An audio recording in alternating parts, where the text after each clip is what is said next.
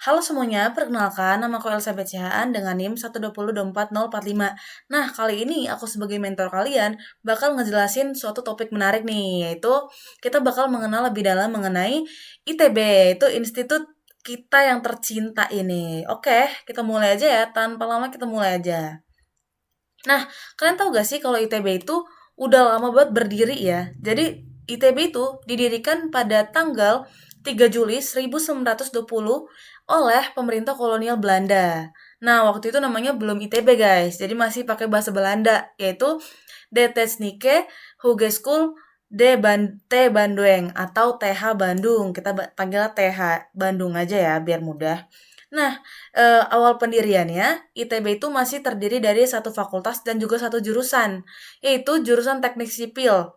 Nah, untuk tujuan didirikannya ITB sendiri itu untuk menjawab kebutuhan tenaga teknik pasca Perang Dunia yang pertama, guys. Lalu, pada tahun 1924 sampai 1926 sudah dihasilkan sekitar 12 lulusan insinyur. Ya, itu salah satunya adalah presiden kita yang pertama yaitu Insinyur Soekarno. Nah, bangga banget gak sih kita satu alma mater dengan presiden pertama kita yaitu Insinyur Soekarno, guys. Lalu, pada tahun 1942 sampai 1945 di mana inilah masa pendudukan kolonial masa pendudukan penjajahan Belanda, Jepang maksud saya, maaf. TH Bandung berubah namanya menjadi Bandung Kogyo Daigaku, guys. Oke. Lalu setelah kita merdeka, Indonesia merdeka pada tahun 1945 sampai 1950, eh, tadinya ITB yang tadinya dinamai dengan bahasa Jepang berubah lagi menjadi Sekolah Tinggi Teknik atau STT Bandung yang sempat pindah ke Yogyakarta dan menjadi bagian dari Universitas Gadjah Mada atau UGM. Nah, pasti kalian baru tahu ya kalau kita tuh udah pernah jadi bagian dari UGM, guys. Jadi kita udah pernah sahabatan atau saudaraan dengan UGM nih. Jadi keluarga UGM. Nah, tapi pada tahun 1950 sampai 1559.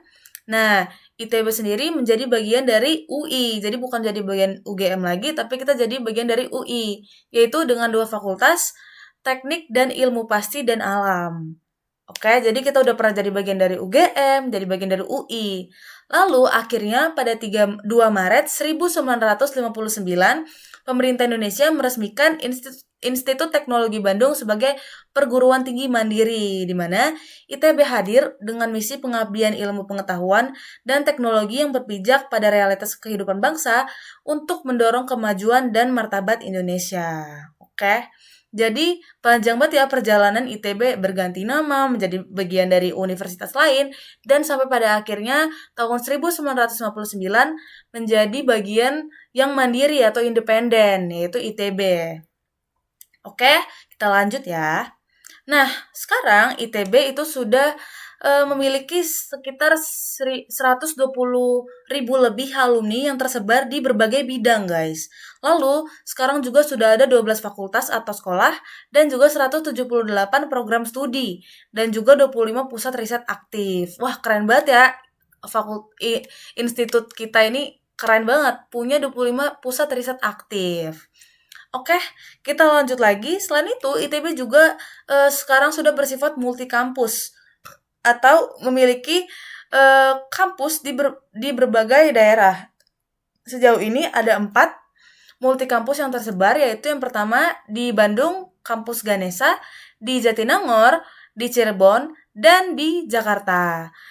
Dan juga ITB itu sudah memiliki 28.000 lebih mahasiswa dan 1.200 lebih dosen. Keren banget ya. Nah, ITB sendiri itu sudah terakreditasi unggul oleh BAN PT. Wow, wow, wow.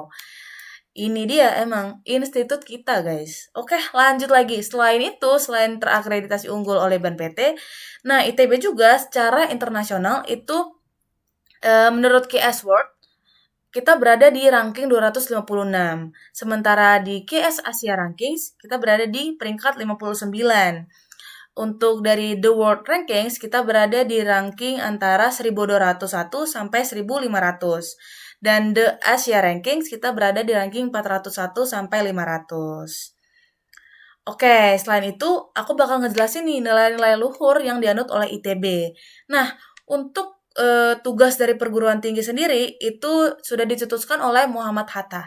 Yang pertama yaitu keinsafan tanggung jawab atas kesejahteraan masyarakat, yaitu eh, para para alumni yang sudah lulus dari perguruan tinggi itu diharapkan memiliki kesadaran akan tanggung jawabnya atas kesejahteraan masyarakat, yaitu dengan membantu menyelesaikan masalah-masalah dan tantangan yang ada di masyarakat. Lalu yang kedua adalah kecakapan dan kemandirian dalam memelihara serta memajukan ilmu pengetahuan. Diharapkan juga perguruan tinggi dapat menghasilkan suatu alumni yang cakap dan mandiri, serta dapat memajukan ilmu pengetahuan, bisa dari penelitian maupun dari pengabdian masyarakat. Lalu yang ketiga, itu adalah kemampuan untuk memangku jabatan atau pekerjaan dalam masyarakat. Jadi diharapkan perguruan tinggi dapat mencetak alumni yang bisa amanah dalam memangku jabatan, yaitu dengan melakukan jabatan dengan baik dan juga optimal, sehingga pada akhirnya dapat mensejahterakan seluruh lapisan masyarakat, guys. Jadi emang diharapkan perguruan tinggi atau kita sebagai alumni nanti dapat memenuhi nilai-nilai tersebut. Nah, untuk pilar utama ITB sendiri ada 3, yaitu sesuai dengan Tridharma perguruan tinggi. Kalian pasti udah gak asing lagi ya dengan kata-kata Tridharma. Nah, tahu gak Tridharma itu apa? Aku bakal nyebutin nilai-nilainya ya. Yang pertama itu adalah pendidikan, yang kedua penelitian, yang ketiga adalah pengabdian masyarakat. Nah, pendidikan seperti apa sih yang diharapkan dan harus diwujudkan oleh ITB? Nah, ITB itu ingin mendorong mahasiswa untuk mengembangkan diri secara utuh melalui pembelajaran yang kritis, mendalam, dan ilmiah. Lalu dari segi penelitian, ITB ingin mewujudkan peran aktif sivitas akademika dalam penciptaan, pengembangan, dan penyebaran ilmu dan teknologi. Lalu dari segi pengabdian masyarakat, ITB harus mengarahkan ilmu dan keahlian untuk memberikan manfaat nyata, serta menjawab kebutuhan dan tantangan di masyarakat. Nah, emang jadi tugas kita sebagai insan akademis itu sangat krusial di bagian lapisan masyarakat. Karena apa? Karena kita sebagai insan akademis itu sudah belajar lebih banyak dan juga kita yang pastinya lebih ahli di suatu bidang yang kita pelajari, guys. Jadi, diharapkan kita itu dapat bermanfaat lah. Intinya kita harus bermanfaat di masyarakat, yaitu dengan membantu menyelesaikan atau memberikan solusi efektif dari masalah-masalah yang ada di masyarakat. Oke, nah kita lanjut. Lalu kita akan lanjut ke visi, misi, dan moto ITB. Nah, visi ITB itu apa sih? Nah, visi ITB sendiri itu adalah menjadi perguruan tinggi yang unggul, bermartabat, mandiri, dan diakui dunia, serta memandu perubahan yang mampu meningkatkan kesejahteraan bangsa Indonesia dan dunia. Lalu, untuk misi ITB sendiri yaitu menciptakan, berbagi, dan menerapkan ilmu pengetahuan, teknologi, seni, dan kemanusiaan, serta menghasilkan sumber daya insani yang unggul untuk menjadikan Indonesia dan dunia menjadi lebih baik. Emang visi misinya sangat mulia ya, dan semoga visi misinya kita dapat mewujudkan visi misi tersebut sebagai mahasiswa dan alumni nantinya. Nah, lalu untuk moto dari ITB sendiri kalian pasti udah sering dengar, yaitu in harmonia progressio. Nah, moto ini artinya adalah kemajuan yang dicapai bersama dalam harmoni, di mana mencerminkan cita-cita ITB untuk terus maju tanpa meninggalkan semangat, kebersamaan, dan juga keberagaman. Oke, sebelum lanjut, aku mau nanya nih. Sekarang kalian kan lagi pakai Jamal. Itu menurut kalian warna apa tuh, guys? Oke, bener banget. Iya, itu agak hijau-hijau biru dikit gitu ya. Nah, jadi kita akan bahas Jamal dan logo ITB nih habis ini. Nah, untuk Jamal sendiri itu warnanya adalah cobalt blue, di mana warna ini adalah warna yang elegan dan pastinya berbeda dari univ-univ lainnya. Nah, lalu jaket alma mater ITB ini berfungsi sebagai identitas resmi, guys. Jadi, saat kalian memakai Jamal tersebut, kalian itu mengemban atau membawa nama baik ITB. Jadi, diharapkan kalau kalian pakai Jamal itu kalian ya selalu melakukan hal-hal baik lah ya, karena kita juga membawa nama baik Institut Teknologi Bandung. Lalu di Jamal kalian itu ada 4 kancing berwarna emas di bagian depan. Nah, juga di bagian dada kiri itu ada logo Ganesha yang dibordir dengan warna emas. Nah, aku bakal nanya nih mengenai logo ITB. Menurut kalian itu ada gambar apa? Yap, benar. Itu ada gambar gajah, di mana itu adalah Dewa Ganesha atau Dewa Pengetahuan, guys. Nah, tapi tahu gak sih ada detail-detail kecil yang mungkin kita gak notice di logo kita. Nah, yang pertama adalah gading patah. Tahu gak sih gading patah itu artinya adalah pengorbanan demi kemajuan ilmu. Jadi, setiap di logo kita itu, setiap elemen gambarnya itu ada artinya. Nah, yang kedua apa? Ada cawan. Cawan artinya adalah sumber ilmu yang tidak pernah habis. Lalu yang ketiga adalah tasbih dan manik-manik, merupakan lambang dari kebijaksanaan. Lalu yang keempat ada kapak, yaitu keberanian dan kebijakan. Yang kelima ada selendang yang melambangkan kesucian. Dan yang terakhir ada buku terbuka, yaitu sebagai simbol himpunan dari ilmu pengetahuan. Oke, berarti setelah kita ilhami dari logo tersebut, ternyata maknanya itu sangat dalam ya guys. Kalau kita cermati satu-satu, memang makna itu sangat dalam dan bukan sembarang gambar.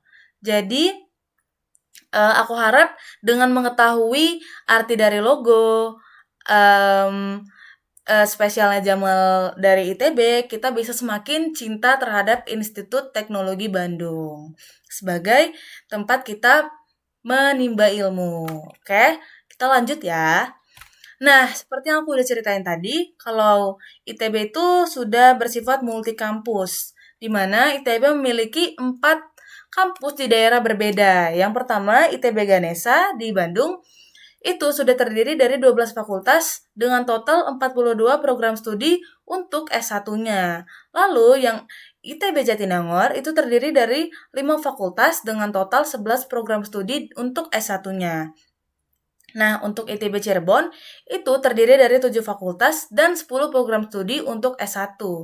Dan yang terakhir ada ITB Jakarta, itu hanya untuk sekolah bisnis dan manajemen dan program pasca sarjana atau S2. Nah, untuk ITB Kampus Ganesha itu merupakan pusat utama dari pendidikan di bidang sains, teknik, seni rupa, dan pasca sarjana ya guys.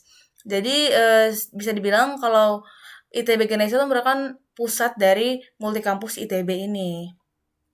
Oke, aku bakal jelasin juga deh alamat-alamatnya nih. Kalau ITB Ganesha itu berlokasi di Jalan Ganesha nomor 10, Bandung. Dan merupakan multi kampus yang tertua. Lalu lanjut di kampus ITB Jakarta, itu terletak di Jalan HR Rasuna Said di Kuningan, Jakarta Selatan. Dan kampus ini mulai beroperasi pada tahun 2007 yang fokusnya adalah program pascasarjana atau S2, manajemen, dan studi multidisiplin lainnya. Nah, yang ketiga, kampus ITB Jatinangor itu terletak di Jalan Raya Jatinangor, Sumedang, di yang sekarang kita tempat ini. Nah, kampus ini mulai beroperasi pada tahun 2011, di mana kampus ini merupakan tempat mahasiswa baru melaksanakan TPB dan kuliah di semester pertama. Nah, untuk program studinya itu ada rekayasa hayati, rekayasa infrastruktur lingkungan, teknik pangan, dan yang lainnya. Lalu, tadi teknologi pangan. Yang keempat, ada kampus ITB Cirebon. Nah, kampus ini berlokasi di Watubelah dan Arjawinangun, Kabupaten Cirebon. Kampus ini resmi dibuka pada tahun akademik 2016 sampai 2017 atau 2016 atau 2017. Di mana program studi yang ditawarkan itu adalah teknik industri, perencanaan wilayah kota, dan kriya. Berarti setelah kita tahu kapan berdirinya, jadi kita simpulkan bahwa kampus ITB Cirebon itu adalah kampus yang paling muda. Di mana kampus ITB Ganesha merupakan kampus tertua dan sebagai pusat dari multi kampus ITB. Oke, kita lanjut ya. Nah, kalian sudah sejauh apa sih tahu tentang ITB? Pasti pernah dengar mitos-mitos atau fun fact mengenai ITB nih.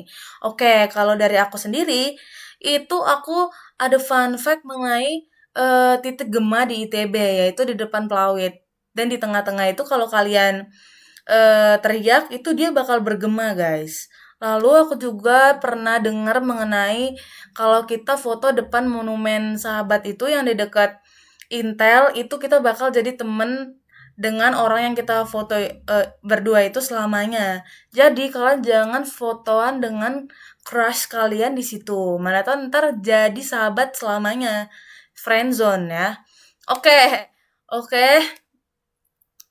Boleh sih dari kalian ini sharing dulu, kalian pernah dengar mitos atau fun fact apa nih sejauh ini yang pernah diceritain? Oke, menarik banget ya emang. Oke, aku tambahin lagi ya yang bakal aku jelasin ini gak kalah menarik juga. Nah, yang pertama adalah mitos. Mitos kalau maba kebun bin atau kebun binatang saat TPB, nah katanya mereka gak bakal lulus TPB. Waduh, serem banget ya. Nah, yang kedua adalah mitos kalau maba secara sengaja ngijak nama jurusan impian mereka di kolam Intel, katanya mereka gak bakal bisa masuk jurusan tersebut. Waduh, serem banget ya dua-duanya ini. Satu gak bisa lulus TPB, satu gak bisa dapet jurusan impian. Tapi, oke, kembali lagi nih mitos dan juga gak boleh kalian percaya secara penuh karena juga itu mitos kita jadikan sebagai hiburan aja. Oke, lanjut lagi fun fact mengenai Jamal dan Jahim. Nah, kalian tahu gak Jahim itu apa? Bener banget. Jahim itu jaket himpunan yang sudah dipakai oleh mahasiswa yang sudah berhimpun. Jadi Jahim itu warna-warni ya. Emang beda-beda setiap jurusan. Nah, kalau di ITB sendiri, jaket himpunan itu lebih apa ya, lebih disukai oleh mahasiswa ITB untuk digunakan atau dipakai. Karena itu tuh sebagai identitas dari jurusan tersebut. Jadi lebih sering dipakai dibandingkan jaket alma mater. Nah, lanjut lagi nih. Ada fun fact terakhir yaitu mengenai Tugu Soekarno. Nah, kalian tahu gak sih kalau Tugu Soekarno yang terletak di tengah kampus itu berfungsi sebagai jam matahari, di mana Tugu ini menghadap ke Gunung Menglayang dan juga membelakangi Gunung Tangkuban Perahu.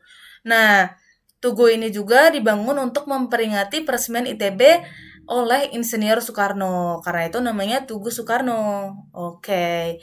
Oke, dari aku itu aja fun fact dan mitos-mitosnya. Kita lanjut boleh sharing-sharing lagi dari kalian. Kalian pernah dengar mitos atau fun fact apa lagi nih tentang ITB? Oke, iya bener banget itu. Nah, tapi kita harus lanjut ya guys.